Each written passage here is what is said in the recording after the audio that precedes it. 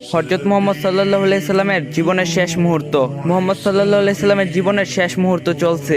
হঠাৎ সেখানে একজন লোক এসে সালাম দিলেন আর বললেন, আমি কি ভেতরে আসতে পারি? ফাতেমা রাদিয়াল্লাহু বললেন, দুঃখিত, আমার বাবা খুবই অসুস্থ। ফাতেমা রাদিয়াল্লাহু দরজা বন্ধ করে রাসূলের কাছে গেলেন। মুহাম্মদ সাল্লাল্লাহু আলাইহি সাল্লাম বললেন, কে সেই লোক? ফাতেমা রাদিয়াল্লাহু বললেন, এই প্রথম আমি তাকে দেখেছি, আমি তাকে চিনি না। নবীজি সাল্লাল্লাহু আলাইহি সাল্লাম বললেন, শোনো ফাতেমা, সে হচ্ছে আমাদের এই ছোট্ট জীবনের আবাসনকারী ফেরেশতা আজরাইল। এটা শুনে ফাতেমার অবস্থা বুবার মতো হয়ে গিয়েছে। রাসূল সাল্লাল্লাহু আলাইহি সাল্লাম বললেন, হে জিবরাইল, আমার উম্মতের কি হবে? আমার উম্মতের নাজাতের কি হবে? জিবরাইল আলাইহিস সালাম বললেন, হে রাসূল, আপনি চিন্তা করবেন না, আল্লাহ ওয়াদা করছেন আপনার উম্মতের নাজাতের জন্য।